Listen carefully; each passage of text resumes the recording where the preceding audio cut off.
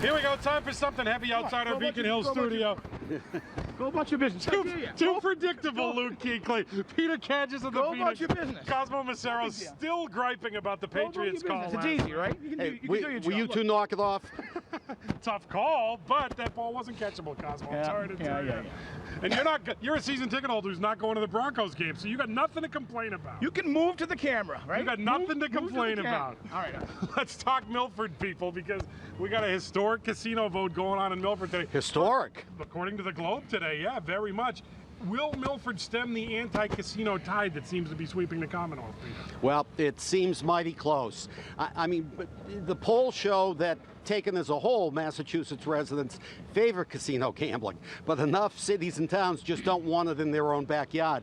To me, it's too close to call, but given the fact that the amount of money Foxwoods has spent on this, that's not good. Having observed these types of votes very, very closely, I agree it's too close to call. I do think it is a little bit of a referendum on the dynamic statewide. We've seen proposals, host community agreements in different types of communities and agreements around the Commonwealth be defeated. So there may be something at work here as to how the Commonwealth feels about gaming. But even if the win's close, Cosmo, you know that this really hurts them at the gaming commission. Yeah. So they got to win this, then they're going to win a 2/3 vote in a couple of weeks. And there's also been a lot of challenges with regard to the suitability of some of the applicants. You've got applicants who have been found suitable, but their votes were defeated. You've had applicants who are found unsuitable. You have applicants who have yet to be found suitable and may not. Yet they're in communities.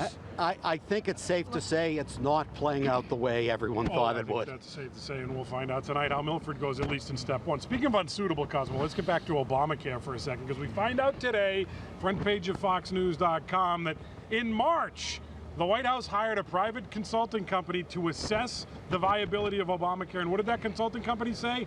This thing will be horrific if you go through with it, and they ignored them. I used to love doing the "they were warned" stories. They're my favorites. This is a classic "they were warned" story. McKinsey & Company, right? The top consulting firm globally says, yeah, this is a mess. It's going to be a disaster. Put that thing in the file cabinet on the shelf where it belongs. Let's move ahead. Big mistake. I have to say, I have a hard time taking Obama seriously as long as Sebelius is still in the cabinet.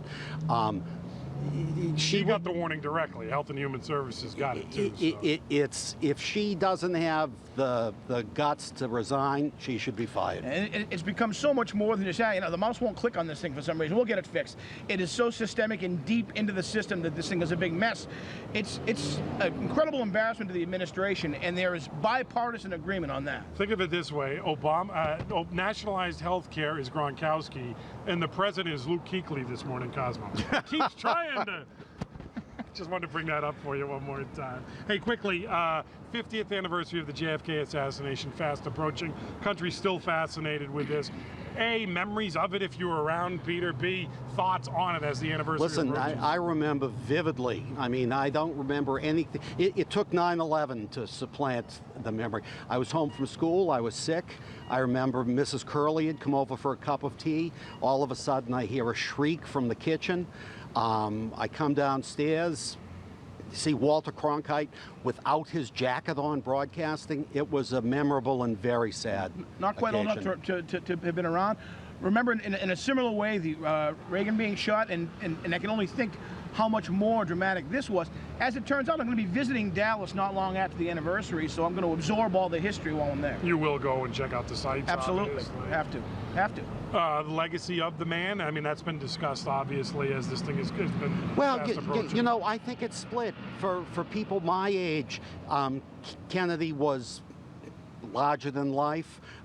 He had a special grace, a certain style. I remember the Cuban Missile Crisis. I think for people younger, I wonder if they scratch their heads saying, what's this all about? There have been a number of wonderful documentaries, a lot of great stuff in the newspapers and television, but I wonder if a younger generation, the millennials, think of it the same way as I do. Lastly, Cosmo, I got 30 seconds left. Scale of 1 to 100. If Luke Kuechly's not in the way, likelihood that pass is completed. Scale of 1 to 100. Let's find out how much of a homer you are. I'd say it's somewhere in the low end, but still. Somewhere on the low end. Penalties. Like By the way, 1. he's the hottest linebacker in the NFL right now, and he had to resort to sort of doing this to get the play done, Look, right with the Gronks. How else You are gonna just stop love to. Gronk? You can't get your hands off VB, can you? Like most of Boston. Jeez. Cosmo Macero, Peter Cadges, they are the heavy hitters. The Fox 25 News at 8 starts right now.